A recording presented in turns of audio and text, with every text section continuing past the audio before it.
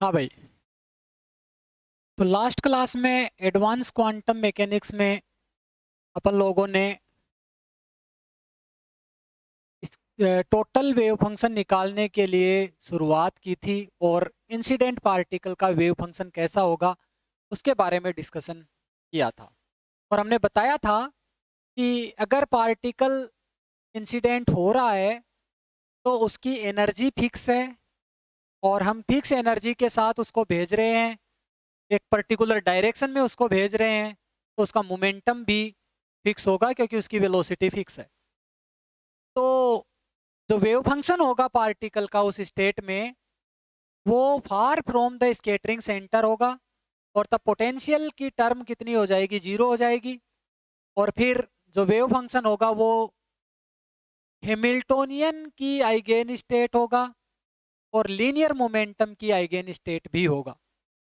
लेकिन जो total angular momentum होगा या एंगुलर मोमेंटम की बात करें तो एंगुलर मोमेंटम पार्टिकल का फिक्स नहीं होगा क्योंकि बीम क्रॉस सेक्शन एरिया से जो पार्टिकल पास होंगे तो वो अलग अलग से सेंटर से अलग अलग डिस्टेंस से पास होंगे, तो आर क्रॉस पी की वैल्यू अलग अलग आएगी और पार्टिकल के अलग अलग एंगुलर मोमेंटाज शामिल होंगे। तो एंगुलर मोमेंटा का वेव फंक्शन नहीं होगा। और हमने तो वेव फंक्शन फिर मैंने तुम्हें बताया था कि वो एल की वैल्यू पे डिपेंड करेगा और A L into psi of R theta phi, ऐसा हमने डिस्कशन किया था।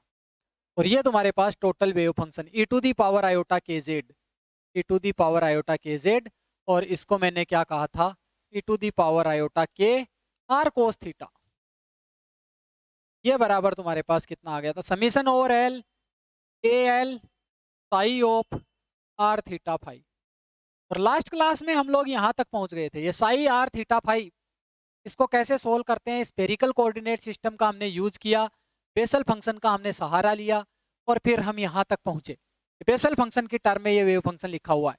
अब हम इस फंक्शन को नॉर्मलाइज करते हैं। नॉर्मलाइजेशन कंडीशन हम लगाएं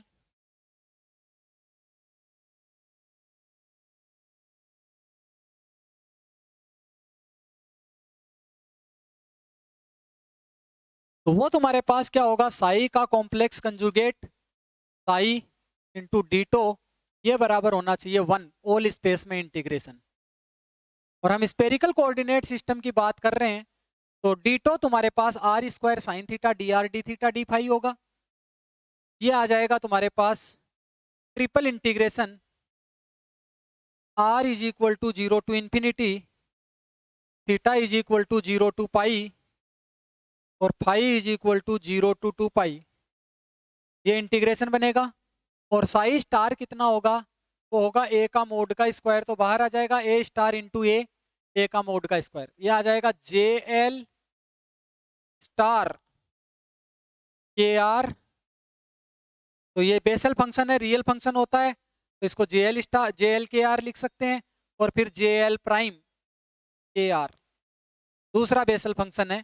तो के एल एल एल की वैल्यू और एल प्राइम की वैल्यू वापस 0 से इंफिनिटी तक कुछ भी हो सकती है। और यहाँ पे तुम्हारे पास Y L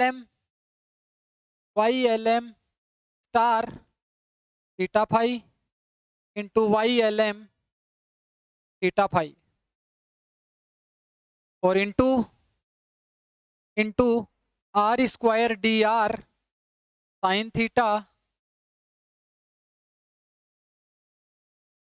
D theta D phi, ये बन जाएगा। और यहाँ से मेरे पास क्या है, ये सारी की सारी वैल्यू किसके बराबर आएगी, 1 के बराबर। यहाँ से हम इसको लिखेंगे ए का मोड का square integral R equal to 0 to infinity, और ये आ जाएगा जे एल के आर और J L prime K R, और इसमें आर स्क्वायर डी आर, केवल फंक्शन आर का यही है। और 0 से पाई और 0 से 2 पाई, और यहाँ से आ जाएगा Y L M theta phi का मोड का square sine theta D theta D phi. और ये मैंने तुम्हें पहले ही बताया था कि Y L M theta phi क्या है, थीटा फाई स्पेस के यूनिट वेक्टर्स हैं, तो उनका इनर प्रोडक्ट कितना होगा 1, तो इसकी इस इंटीग्रेशन की वैल्यू, ये ऑर्थो नॉर्मल होंगे यानी नॉर्मलाइज होंगे तो इसकी वैल्यू 1, ये फंक्शन अपने आप में नॉर्मलाइज है। इसकी वैल्यू किसके बराबर आनी चाहिए? पूरे इंटीग्रेशन की 1 के बराबर। तो यहां से तुम क्या लिखोगे? ए का मोड का स्क्वायर, ए का मोड का स्क्वायर, और ये जो क्वांटिटी है, ये जो इंटीग्रेशन है यहां से ये वाला इंटीग्रेशन, इस इंटीग्रेशन की जो वैल्यू आती है बेसल फंक्शन की प्रॉपर्टी है, ये आएगी pi upon 2k square, pi upon 2k square, और delta L L prime, delta L L prime, ऐसा इसको हम लिखेंगे। और ये आ जाएगा तुम्हारे पास इक्वल टू 1। इस इंटीग्रेशन की वैल्यू जो आएगी वो आएगी pi upon 2k square delta L L prime. ये ऑर्थोगोनल और नॉर्मलाइजेशन कंडीशन है किसकी? बेसल फंक्शन की। तो बेसल फंक्शन की नॉर्मलाइजेशन कंडीशन तुम्हारे पास क्या है? r equal to 0 to infinity J L के आर और J L prime K R into R square D R. इसकी वैल्यू आएगी पाई अपॉन 2k स्क्वायर और डेल्टा एल एल प्राइम। और L equal to L prime जब हो जाएगा तब डेल्टा एल एल प्राइम की वैल्यू कितनी हो जाएगी? 1 at L is equal to L prime delta L L prime is equal to 1। ये क्रोनिकर डेल्टा फंक्शन होता है। यहां से तुम्हारे पास क्या आ जाएगा? ए का मोड का square pi upon 2k square is equal to 1, और यहां से ए की value A is equal to कितना? 2k स्क्वायर अपॉन पाई का स्क्वायर रूट। और फाइनली तुम्हारे पास ये जो साई है, psi as a function of R theta phi, इसकी वैल्यू कितनी आ जाएगी? √2k square pi upon pi, √2k square upon pi, और साथ में जे, ये आ जाएगा साई। साई की वैल्यू हमने निकाल ही ली थी। ये तुम्हारे पास फंक्शन क्या था? ये ए की वैल्यू आ गई जे एल के are Y L M theta phi, J L के आर और Y L M theta phi, ये तुम्हारे पास फंक्शन बन गया। अब मैं यहाँ पे टोटल फंक्शन लिखता हूं जे, ये सॉरी, यहां से हम लिखेंगे क्या?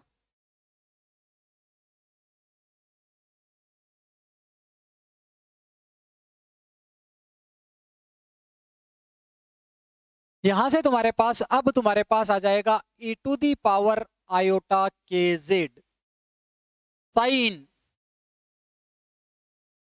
बराबर, और इसको क्या लिखेंगे? e to the power iota के आर कोस थीटा, और इसकी वैल्यू कितनी आ जाएगी? तो ये ए की वैल्यू रख दी 2k स्क्वायर अपॉन पाई का अंडर रूट, और summation over L equal to 0 to infinity. तो मैं समीशन ओवर एल ही लिख देता हूँ। ये समीशन रहेगा एल पे, और जे एल के आर, जे एल के आर, और साथ में आ जाएगा Y L M theta phi. ये तुम्हारे पास इंसिडेंट वेव फंक्शन है।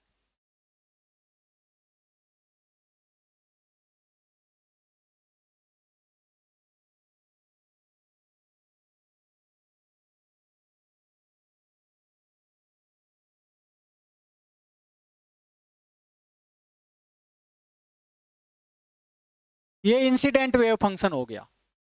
अब इसको हम देखते हैं आगे। ओके, एल इक्वल टू मैंने तुम्हें कहा 0 से लिख के इन्फिनिटी तक कर दो। ये तुम्हारे पास इसका सोल्यूशन है। आगे देखो,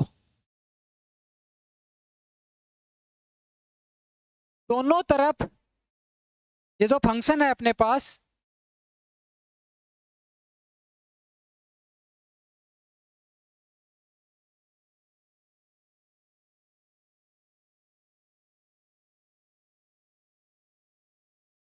यहाँ पे जो Y L M theta phi है वो क्या है? Y L M theta phi ये थीटा फाई स्पेस की ऑर्थो नॉर्मल बेसिस है, तो Y L M theta phi are the orthonormal basis of theta phi space. और इसकी जो वैल्यू होती है वो फिक्स होती है किसी भी स्पेरिकली सिमेट्रिक पोटेंशियल के लिए। तो यहाँ पे लिखोगे if the potential is spherically symmetric, if the potential is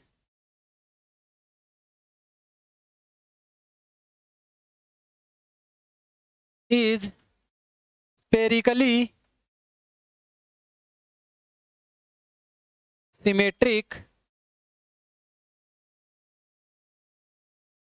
then YLM theta phi are the basis या orthonormal basis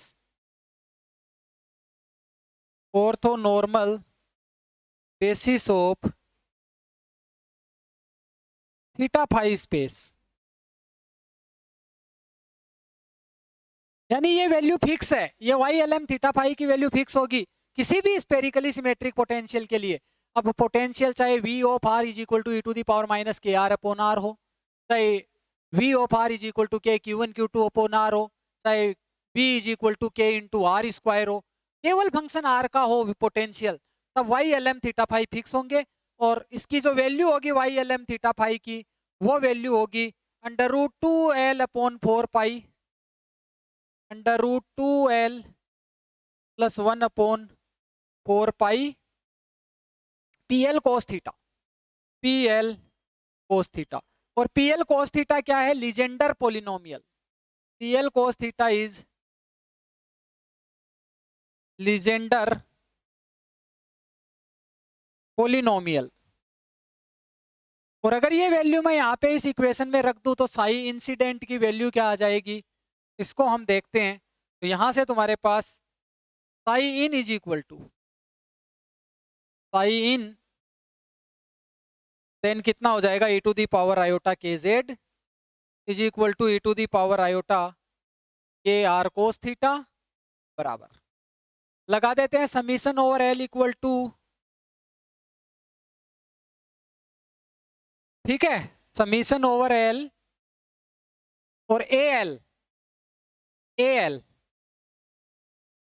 यहाँ पे ए एल भी तो आएगा, हमने ए एल लिखा था और साई, देखो हमने फॉर्मूला लिखा था, ये था ए L psi R theta phi, और साई आर थीटा फाई को नॉर्मलाइज कर दिया था तो तुम्हारे पास ये आ गया था। और ये ए एल यहाँ पे आएगा ही आएगा, और साई आर थीटा फाई की वैल्यू ये आ गई। इसके बाद Y L M theta phi की वैल्यू फिक्स होती है, लीजेंडर पोलिनोमियल की टर्म में इसको लिखते हैं, तो ये आ जाएगा तुम्हारे पास A L as it is under root 2k² upon pi and then JL KR और Y L M theta phi की जगह क्या लिखेंगे, under root 2L plus 1/4 pi, okay, under root 2L plus 1/4 pi, और ये आ जाएगा PL कोस थीटा। ये तुम्हारे पास फंक्शन आया, और इसको Sai in is equal to, psi इन ही लिख रहा हूं, और साई इन की वैल्यू तुम्हें पता है ये वाली होती ही है, ई to the power iota K Z और ई टू दी पावर आयोटा के आर कोस थीटा, इसकी वैल्यू तुम्हारे पास ये आ जाएगी, ओके। अब ये जो फंक्शन है ई टू दी पावर आयोटा के आर कोस थीटा, ठीक है, ये साइन की वैल्यू है, और ये जो फंक्शन है इसकी वैल्यू किसके बराबर है, इसके बराबर है। क्लियर हो गई बात? तो मैं इसको ऐसे लिख देता हूं, यहां से इसको हटा के, और ये कह देते हैं कि टू दी पावर आयोटा के आर कोस थीटा की वैल्यू इतनी इतनी, okay, A to the power iota cos theta is equal to this one. दोनों तरफ में क्या करूं, इंटीग्रेट करना है, किससे? दोनों तरफ मैं पी एल कोस थीटा और डी ओमेगा से मल्टीप्लाई कर देता हूँ। यहाँ पे मैंने पी एल कोस थीटा किया और डी ओमेगा किया, इंटीग्रेट कर दिया। कहाँ से कहाँ तक? डी ओमेगा 0 से पाई और 0 से 2 पाई, थीटा फाई स्पेस पे इसको इंटीग्रेट कर दिया। ठीक है, डी ओमेगा क्या होता है? Sine theta D phi. और यहाँ पे मेरे पास क्या आ जाएगा? Summation over A L under root 2k² upon pi under root 2l + 1 upon 4 pi J L के R P L cos theta और P L prime cos theta और डी ओमेगा, ऐसा। और इसको भी इंटीग्रेट करना है, इसको भी इंटीग्रेट करना है 0 से पाई और 0 से 2 पाई तक। कुछ नहीं किया, केवल दोनों तरफ P L cos theta D omega से मल्टीप्लाई कर दिया और इंटीग्रेट कर दिया। ओके, तो यहां से मेरे पास क्या आ जाएगा? देखो, यहां से मेरे पास आ जाएगा, इस इक्वेशन को मैं लिख सकता हूं 0 से पाई 0 से 2 pi e to the power iota के आर कोस थीटा। क्योंकि मुझे क्या चाहिए? अब ए एल जो है इसकी वैल्यू चाहिए, ये भी एल पे डिपेंड कर रहा है। तो एल पे डिपेंडेंसी निकालने के लिए ये सारे के सारी प्रोसीजर हम अपना रहे हैं। e to the power iota P L cos theta और डी ओमेगा की जगह sine theta D phi, sine theta D phi. और दिस इज इक्वल टू 0 से पाई 0 से 2 पाई और ये आ जाएगा A L under root 2k² upon pi under root 2l + 1 upon 4 pi और जे एल के आर और ये आ जाएगा पी एल कोस थीटा और P L prime cos theta sine theta D phi, sine theta D phi. देखो ध्यान से, ओके। तो यहां से थीटा डिपेंडेंसी वाली टर्म अलग कर लो और इसको देखते हैं क्या आता है। ध्यान से देखने की कोशिश करें। तो यहां पहले वाली पार्ट में हमारे पास कितना आ जाएगा? वो आ जाएगा इंटीग्रल 0 से पाई 0 से 2 पाई। इसमें तो कुछ नहीं है, e to the power iota के are cos theta P L cos theta और sine theta D phi, sine theta D phi को इंटीग्रेट कर देंगे तो 2 पाई आ जाएगा। ठीक है, डी फाई को इंटीग्रेट कर देंगे 2 पाई आ जाएगा। तो मैं इसको यहां से हटा देता हूं, वो कर ही देते हैं क्योंकि फाई पे डिपेंडेंसी का टर्म केवल डी फाई है। और इसको अगर यहाँ पे इंटीग्रेट कर देंगे 2 पाई बाहर आ जाएगा, 2 पाई। ऐसे ही इस डायरेक्शन में भी डी फाई को इंटीग्रेट कर देंगे 2 पाई आ जाएगा। और ये जो क्वांटिटी है यहाँ पे under root of 2k² upon pi और under root of 2l + 1 upon 4 pi, ऐसा।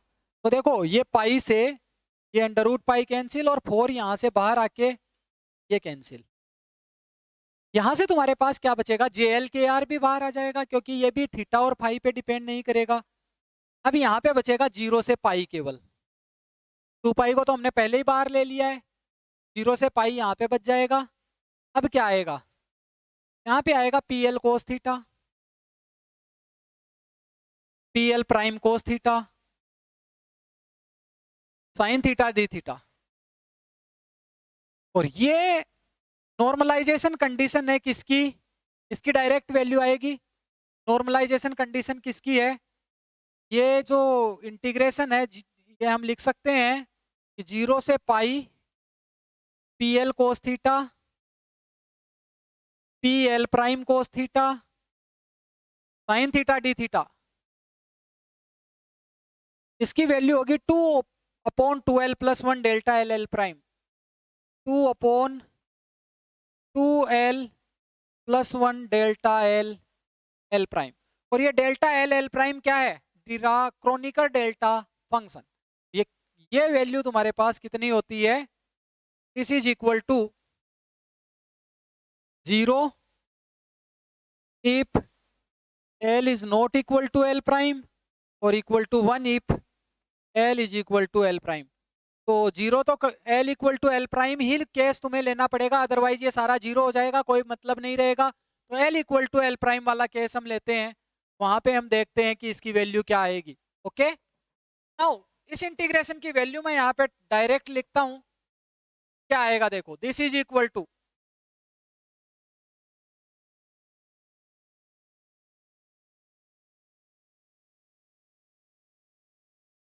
ये अपने पास आ जाएगा √2k² √2l+1 JL/KR और 2/2l+1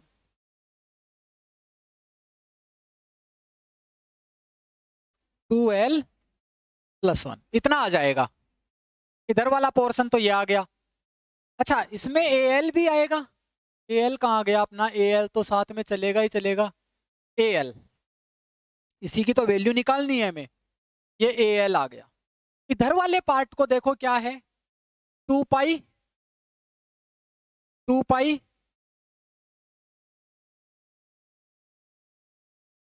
अच्छा डेल्टा एल एल प्राइम भी लिख देता हूँ एक बार।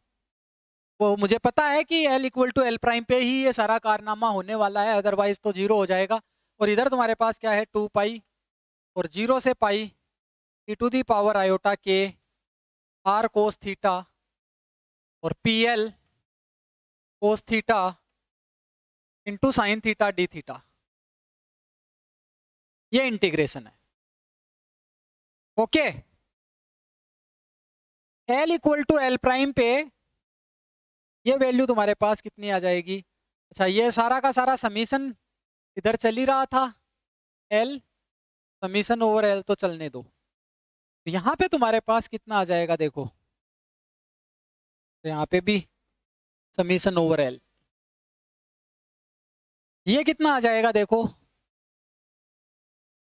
Eight L is equal to L prime delta L L prime is equal to 1। तब तुम्हारे पास यहाँ से आ जाएगा summation over AL 2/2l+1 √2l+1 √2k², okay, और JL/KR। तो 2l+1 से 2l+1 कैंसिल, अंडर रूट नीचे आ जाएगा, 2k² 2l+1 2l के। यहाँ पे ये तुम्हारे पास कितना आ जाएगा? समीशन ओवर AL, L पे समीशन चलेगा, यहाँ पे इससे ये कट के 2 यहाँ पे आ गया। अच्छा, 2 यहाँ पे आ गया, इस 2 को इस पाई से कट कर सकते हैं, यहाँ पे आ जाएगा 2 पाई 0 से pi e⁻i cos theta PL cos theta sine theta into d theta. तो इस 2 से इस 2 को कट कर दें, पाई को इधर ले आए, तो ये पाई इधर आ जाएगा नीचे।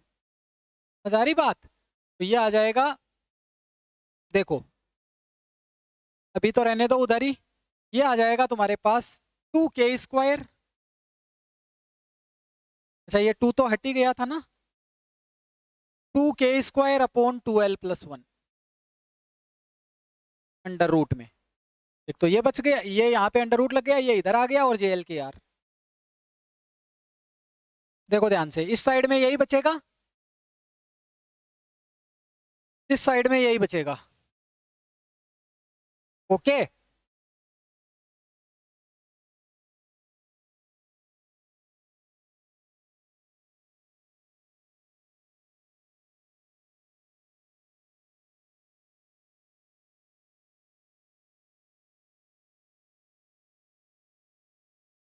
ध्यान से देखना इसको।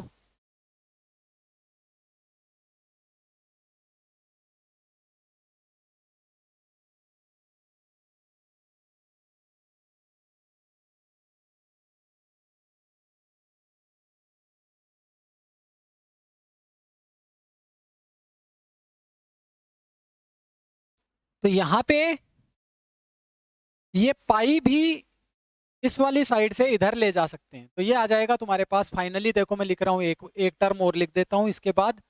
ये आ जाएगा 0 से पाई, ये पाई यहाँ पे e to the power iota के are cos theta P L cos theta into sine theta into d theta.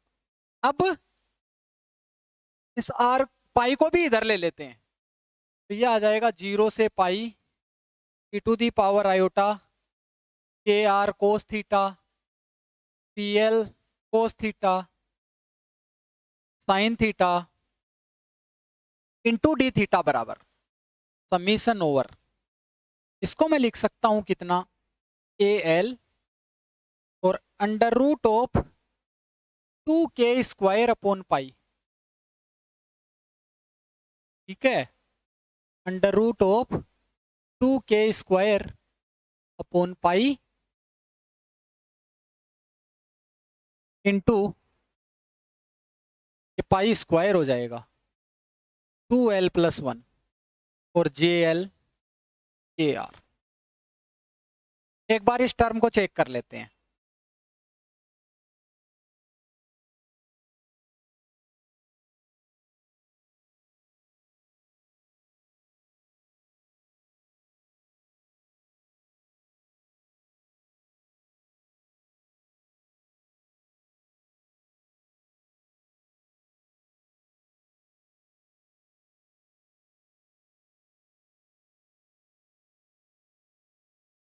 Okay, यहां तक अगर किसी को कोई डाउट हो तो बताओ भाई।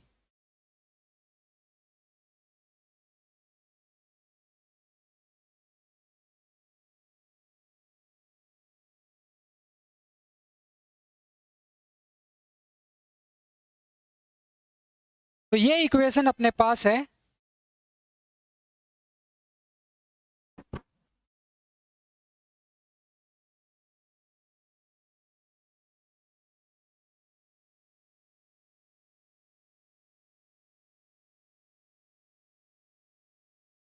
L equal to 0 to infinity, नोट कर लो इसको, L equal to 0 to infinity.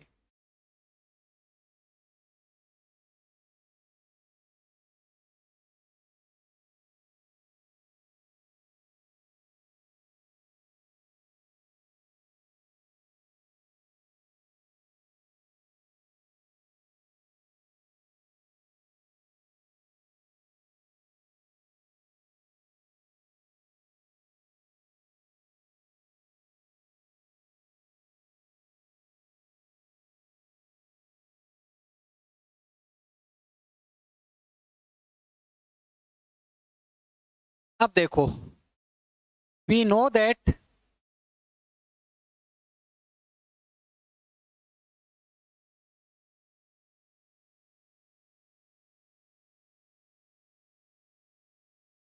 ये जो JL KR है बेसल फंक्शन,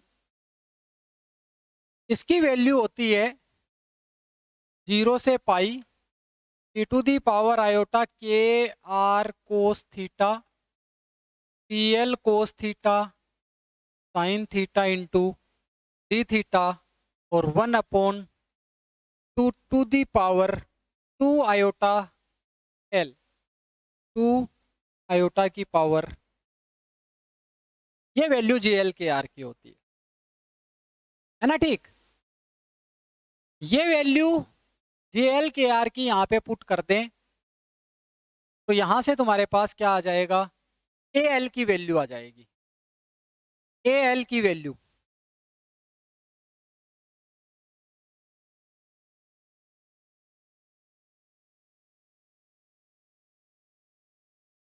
हम यहाँ पे ये कह सकते हैं इससे, दैट इम्प्लाइज 2 आयोटा की पावर एल जे एल के आर बराबर 0 से pi e to the power iota के are cos theta P L cos theta sine theta into d theta. ठीक है, और ये आ जाएगा तुम्हारे पास, इसकी जगह वैल्यू रख दूंगा 2 इंटू आयोटा की पावर एल जे एल के आर, इसकी जगह वैल्यू रख दी इस इंटीग्रेशन की जगह, और ये वैल्यू मेरे पास कितनी आ जाएगी, समीशन एल ए एल, और ये इंटीग्रेशन का ध्यान रखना ये सही है, ये मैंने लिमिट्स का ध्यान देना एक बार, 2k² divide by pi square 2l+1।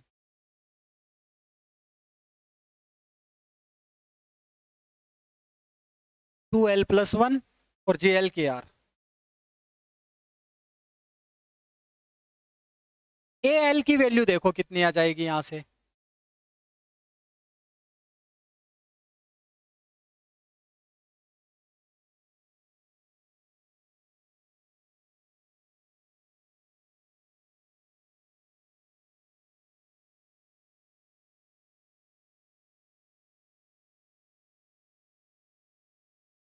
A L की वैल्यू निकाल लो।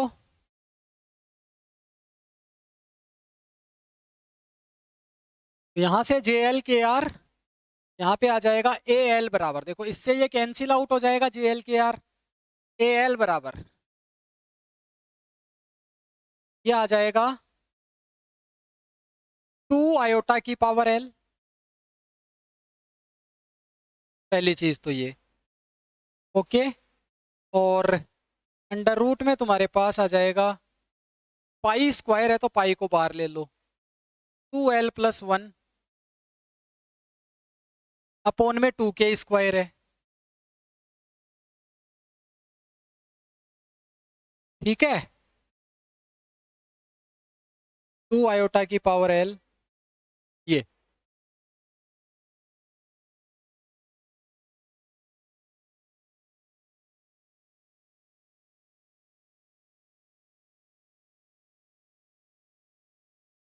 ये तुम्हारे पास ए एल की वैल्यू आ गई, कोई दिक्कत नहीं है। अब तुम्हारे पास साई इन आ जाएगा, साई इन हम अब कैलकुलेट कर सकते हैं।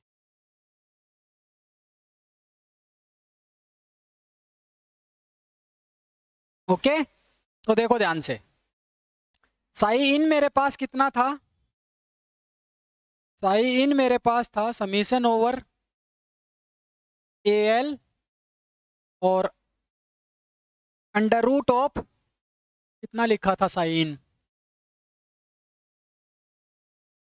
केवल ए एल वाली वैल्यू निकालनी थी हमें, तो हमने ये लिखा था ए l 2k² upon pi J L के are Y L M theta phi. अच्छा, यहाँ पे ये वैल्यू रख दी थी तो यहाँ पे ये आ गया A L 2 pi upon k² 2l+1 upon 4 pi, A L की वैल्यू इसके अंदर में रखनी है केवल, ये साई इन है,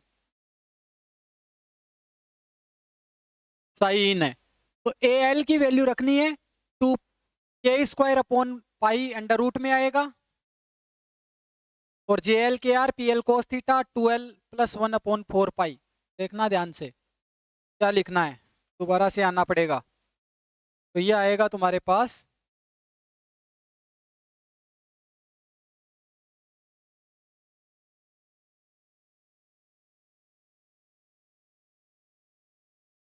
2 pi upon k²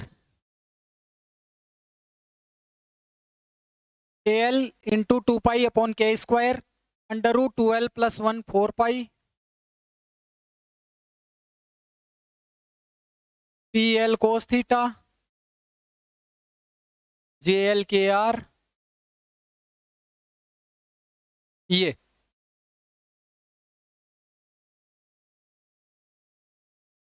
okay.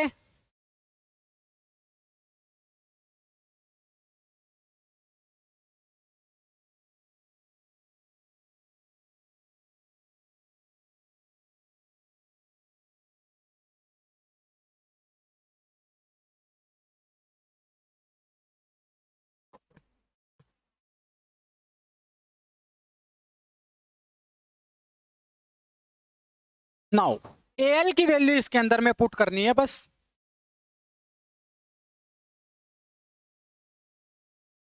L की वैल्यू और पुट कर दो। एल कितना आ जाएगा, देखो ये वाली वैल्यू यहाँ के अंदर पुट करनी है तो साई इन अपने को मिल जाएगा, तो psi in is equal to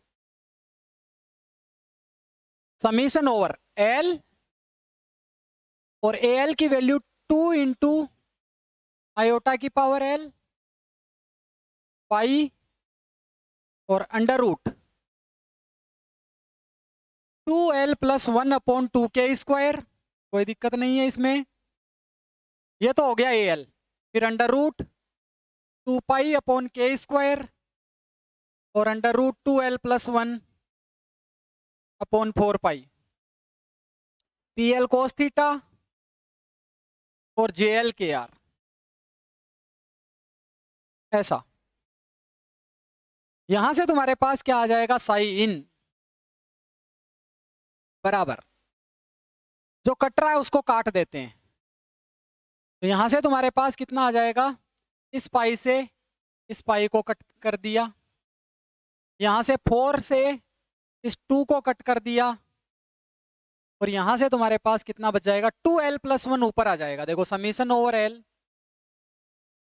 2l plus 1 ये आ गया, अपॉन ऊपर कितना है, अंडर रूट 2 है, ये 2 से 2 कैंसिल, k², नीचे आ गया k², k² का under root k², 2l plus 1 2l plus 1 इसके साथ आ गया, पाई यहाँ पे है, आयोटा की पावर l है, आयोटा की power l into pi into pi, और ये तुम्हारे पास कितना आ जाएगा, pl cos थीटा और jl kr। Okay,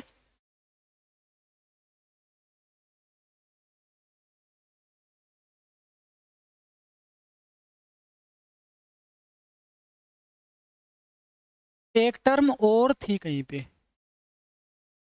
2π/k², k² 2k² था।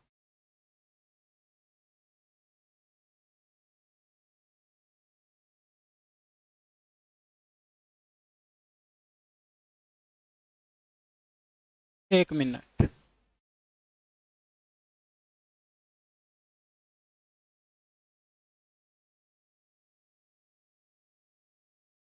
यहाँ पे तुम्हारे पास जो ऊपर आया था 2k² था, ध्यान से देखना, ये जो है 2k² है, इसको एक बार नीचे लेके चलना है, ये 2k² 2l प्लस 1/4π, al की वैल्यू रखनी है, jl pl jl kr और pl cos थीटा ये है, यहाँ पे 2k² और था, 2l प्लस 1/4π, 2k²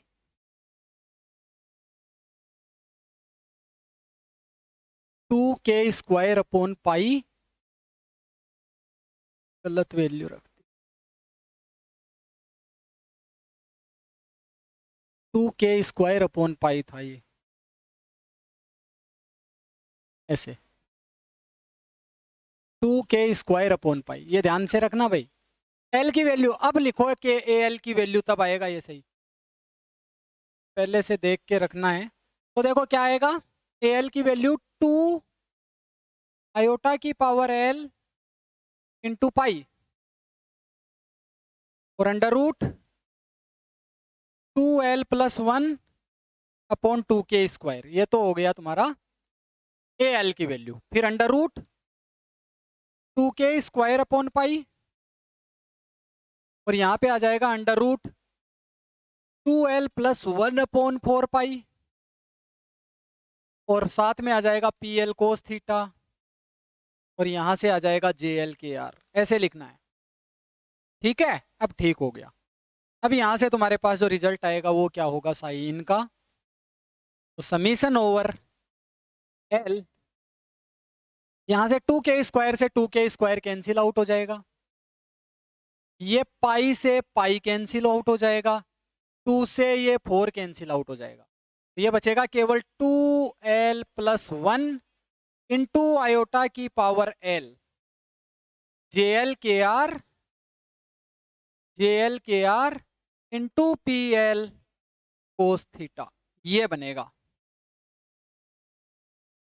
ओके, ये तुम्हारे पास इंसिडेंट वेव फंक्शन होगा जो एल पे इस तरीके से इसकी डिपेंडेंसी होगी। एंगुलर मोमेंटम की वैल्यू 0 से इनफाइनाइट तक सारे एंगुलर मोमेंटाज इसके अंदर में शामिल होंगे। ये वेव फंक्शन के करस्पॉन्डिंग एनर्जी फिक्स है पार्टिकल की, मोमेंटम फिक्स है, लेकिन एंगुलर मोमेंटम अलग अलग है। तो इस वेव फंक्शन को हम एंगुलर मोमेंटम के सारी जो स्टेट्स हैं उनके लीनियर कॉम्बिनेशन की टर्म में इसको लिख सकते हैं, और ऐसा वेव फंक्शन हमें मिल गया है। ओके, अब यहाँ पे जो प्रॉपर्टी है इस बेसल फंक्शन की, वो बहुत ही इंपॉर्टेंट प्रॉपर्टी है। अगर मान लो पार्टिकल यहाँ पे आ रहा है, यहाँ से इंसिडेंट पार्टिकल है साई इन, ये इंसिडेंट पार्टिकल है और ये जा रहा है और बीच में कहीं पे भी पोटेंशियल प्रेजेंट नहीं है, तो लार्ज डिस्टेंस पे ये जो JL/KR है वो बहुत ही स्पेसिफिकली डिफाइन होता है। ठीक है, तो यहाँ पे मैं केस लिखता हूं, if potential is not present, बीच में कहीं पे कोई पोटेंशियल नहीं आता, if potential is not present, is not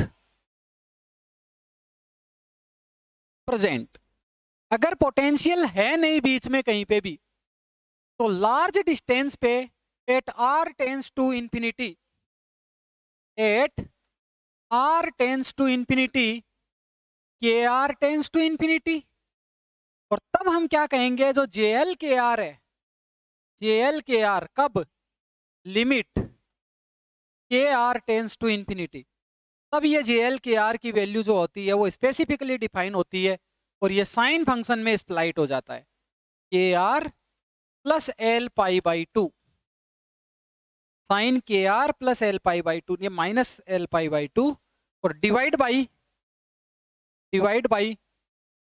KR, ऐसा फंक्शन बन जाता है। जो बेसल फंक्शन है वो जब पोटेंशियल बीच में कहीं पे प्रेजेंट नहीं है और r टेंस टू इनफाइनाइट है, तो उस केस में बेसल फंक्शन कैसा हो जाता है, ये sine KR minus L π/2 divide by KR, ऐसा फंक्शन बन जाता है।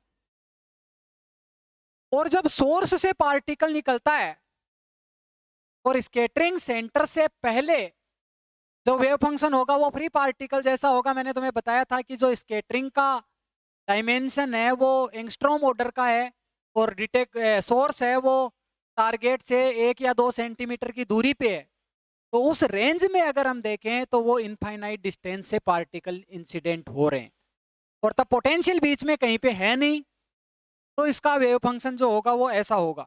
और अगर बीच में पोटेंशियल आ जाए, यानी स्कैटरिंग के बाद की बात हम करें, क्योंकि पार्टिकल स्कैटर्ड होके आ रहा है यानी बीच में कोई पोटेंशियल था, और तब r=∞ पे वो डिटेक्टर पे जाएगा, क्योंकि डिटेक्टर पे जाएगा तो स्कैटरिंग सेंटर से इनफाइनाइट डिस्टेंस पे होगा, बहुत दूरी पे होगा। मैंने तुम्हें यह भी बताया था कि डिटेक्टर टारगेट से फ्यू सेंटीमीटर की डिस्टेंस पे होता है और स्कैटरिंग जो होती है वो एंगस्ट्रॉम के ऑर्डर के वॉल्यूम में इंटरेक्शन होगा। तो यहाँ पे हम बात करें कि कितनी दूरी पर डिटेक्टर है, तो इनफाइनाइट स्कैटरिंग सेंटर से के रेस्पेक्ट में वो डिस्टेंस लगभग इनफाइनाइट हो गई। तो इनफाइनाइट डिस्टेंस पे फिर वेव फंक्शन अगर हम देखें, अगर potential is present, if potential is present, potential is present, अगर पोटेंशियल प्रेजेंट है और तब r टेंस टू इंफिनिटी पे मैं बात कर रहा हूं, तो KR कितना हो जाएगा, इंफिनिटी। तो जो JL/KR है, JL/KR पोटेंशियल प्रेजेंट था, उसके बाद में वो डिटेक्टर पे गया, तो डिटेक्टर पे जाने वाला जो वेव फंक्शन होगा वो पोटेंशियल से स्कैटर्ड होके जा रहा है, तब JL/KR की वैल्यू जो होगी limit KR tends to infinity पे, तो पहले जो पोटेंशियल नहीं था तब ये इसमें स्प्लाइट हो रहा था साइन फंक्शन में, ये JL KR की value sine KR minus L pi by 2 divide by KR। अब की बार इसमें ज्यादा चेंज नहीं आएगा, केवल एक फेज फैक्टर का चेंज आएगा डेल्टा एल का। तो ये पोटेंशियल JL KR फिर कितना आ जाएगा, ये आ जाएगा तुम्हारे पास साइन KR और minus L pi by 2 plus delta L. बस इतना सा चेंज इसके अंदर में आएगा, अगर बीच में पोटेंशियल था तो इतना चेंज आ जाएगा, और डिवाइड बाई KR। ऐसे हम इस JL KR को लिखेंगे। तो इतनी चीजें तुम्हें ध्यान में रखनी है, और पार्शियल वेव एनालिसिस मेथड को हम आगे बढ़ाएंगे। कल हम साई स्केटर्ड लिखेंगे और टोटल वेव फंक्शन लिखेंगे, और वहां से स्केटरिंग एम्पलीट्यूड कैसे निकल करके आता है थ्योरेटिकली वो हम देखेंगे, और क्या वो एक्सपेरिमेंटल रिजल्ट को सेटिस्फाई करता है। इसके लिए हम एक्सपेरिमेंटल डेटा देखेंगे और इस थ्योरी से उस रिजल्ट को मैच करने की कोशिश करेंगे। अगर मैच करता है तो हमने जो पार्शियल वेव एनालिसिस अप्रोच लगाई है वो सही है, और इससे हमारा जो कैलकुलेशन होगा वो स्केटरिंग एम्पलीट्यूड का होगा।